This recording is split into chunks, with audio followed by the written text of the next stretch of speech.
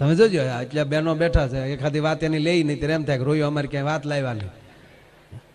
બૈરા ભેગા થાય ને એટલે એક વાત તો 100% કરે, એક વાત તો કરે છે. બેનો ભેગા થાય ને અનુભાઈ ત્યારે એક વાત તો કરે છે, આમ બેહીને વાતો કરશે. એ તો હું આવીને પછી તાર ભાઈને બધું સારું થયું. હા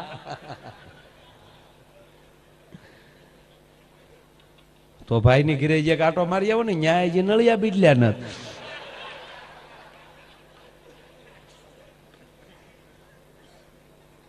એટલે મોટા ભાભીએ કીધું બધા જાતા હોય તો તમે હું કામ હોળીનું નાળિયેર બનો, હાલો જાય. અને ઈ ફરીવાર પછી ટાવેરા બાંધી હો જીજે સૌદ પાસિંગ ની, પછી ભાજપ વાળાની બાંધી, કોંગ્રેસ વાળાની બાંધી, ઈ મને ખબર નથી. અત્યારે બધાય હહોની રીતે ગાડીઓ બાંધવા મળ્યા છે, એ ફાઇનલ છે. અમુક ગાડીઓમાં તો પરાયણે બેહાડે, તમારે તો બે આવવું જ પડશે. માણા એ તૈયાર થઈ ગયો. હા, બધાને ઓળખવા મળ્યા. પણ એક પ્રાર્થના કરીને કહું સાહેબ, કલેક્ટર સાહેબ ના હુકમ પ્રમાણે મતદાન 100% કરજો. કોઈ આળહમાં ઘેરે પીડ્યા ન રહેતા. જેને કરો મત, જેને મત આપો એને, મને કોઈ વાંધો નહીં, પણ મત 100% જાજો. અને કોઈને ન દેવું હોય તો આ વખતે એક નવું બટન આપ્યું, કોઈને ન દેવું હોય ન દેવાનું બટન. હા, ઈ છે અહીંયા. તમને એમ લાગતું કે એ કે પાર્ટી વાળા એ કે હારા નથી, તો આપણે એ કે ન દેવું એનું બટન છે. એના ઉપર ખબર પડે સરકારને કે માણસ અત્યારે આળસુ નથી, મત દેવા જાય છે.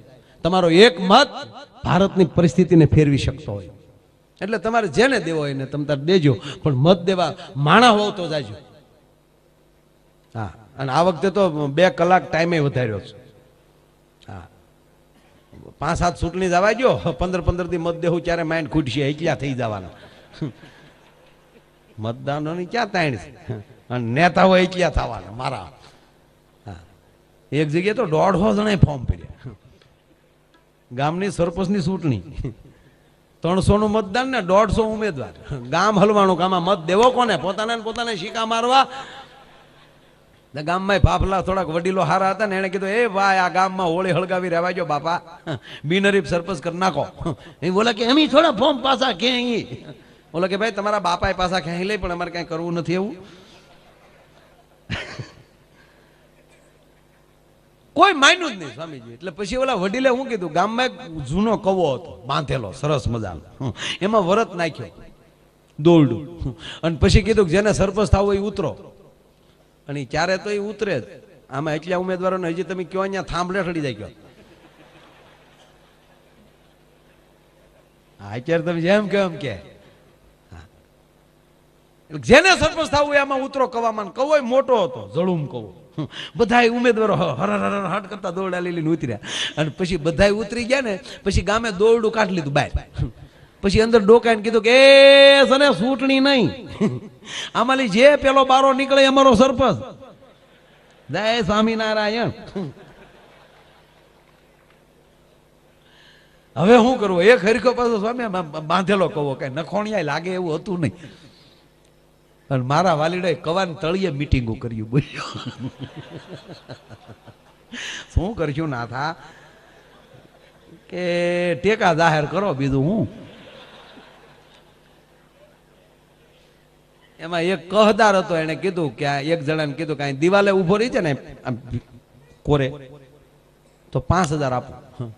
તો ઓલો ઉભો રહ્યો. બીજાને કે એની માથે ખંભા ઉપર પગ દઈ અને ઉભો રહી જા 10000. ત્રીજાને કે એની માથે પગ દઈને ઉભો રહી જા 50000, 60000, 70000. છેલ્લે એક બાકી હતો ને કીધું બધાની માથે પગ દઈને ઉભો રહી જા, એટલે તને 2 લાખ રૂપિયા આપવા. ઓલો ઉપર વયો ગયો હાવ. પછી જેને સરપંચ થાવથી બાવડા પકડીને સડતો હતો, અડધે પગ્યો તો હેઠે હતો ને, એને વિચાર આવ્યો કે ઓલો ઉપર ઉભો નથી, કોઈનો ભાર, અને 2 લાખ, અને આખી પેનલનો ભાર મારે ખંભે, મને મૂળ 5000. અને હેઠેલી રાઈડ નાખી કે હું મારો ટેકો પાછો ખેહું છું કરતો. આ 5-5 વર્ષે આમણામાં આવ્યા કરવાનું, આપણે બહુ બળિતરા કરવી નહીં ભાઈ. કારણ કે આ લોકોને બીજું કઈ કામ છે નહીં. 5 વર્ષ પછી, 5 વર્ષમાં બીજો ધંધો નથી. એક ભાઈ મને હમણાં પૂછ્યું હતું મનમોહનસિંહ બાપા મને મોદી સાહેબમાં બેમાં ફેર હું? મેં કાંઈ જાજો ફેર નથી. ઓલો કાંઈ બોલતો નથી ને આ બોલવામાં બાકી મૂકતો નથી. બાકી ઈના ઈ છે હલવાણ. આપણે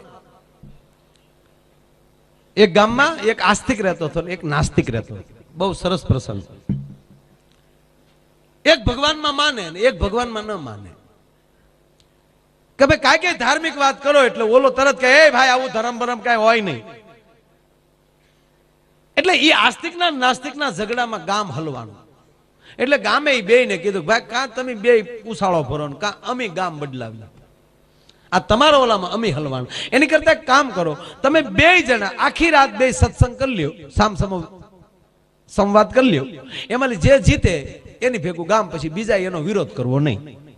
એટલે આખું ગામ સોરે બેઠું ઓલા બેન બેહાડ્યા સ્વામી. પછી બે જણાએ હામહામી ચર્ચા શરૂ કરી. આસ્તિક હતો એને એટલા બધા જબરજસ્ત પુરાવા આપ્યા ભગવાનના કે ભગવાન છે એનો નાસ્તિક છે એ તોડી ન શક્યો.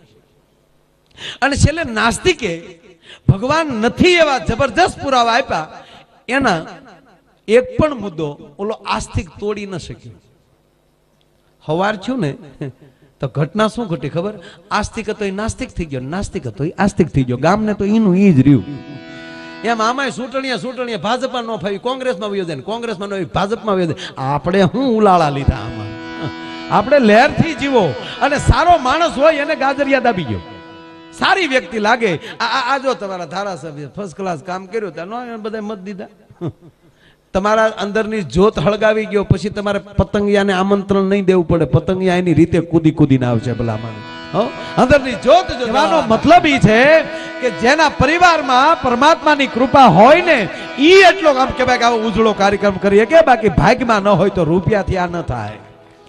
કરોડો રૂપિયા હોય અને રૂપિયાનું ગુમાન હોય કાઢી નાખજો, એ રૂપિયાથી ન થાય.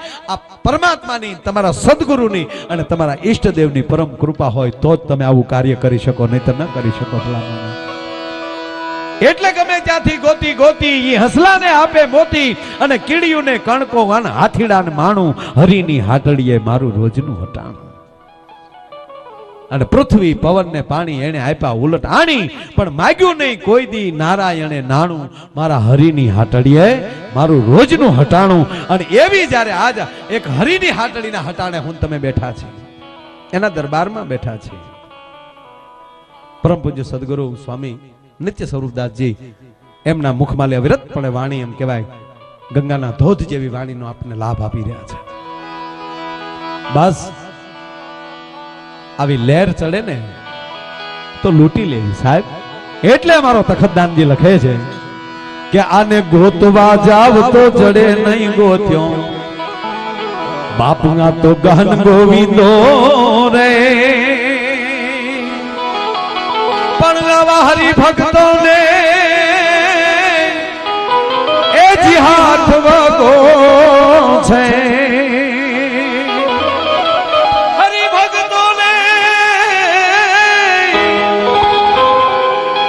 બાપ હરિભક્તો ને એ જી હાથ વગો છે. એ બાપના તો પ્રેમ પરખંદો રે. પણ મળી જાય તો પછી દેવને દીવો એ મારે ધૂપ શું દેવો એ એને દિલ દઈ દેવું રે. દિયો દિયો મોજમાં દેવું, મોજમાં દેવું, મોજ મારે એવું રે. મોજ મારે મોજ મારે મોજ મારે એવું રે. હા ડોક્ટર સાહેબ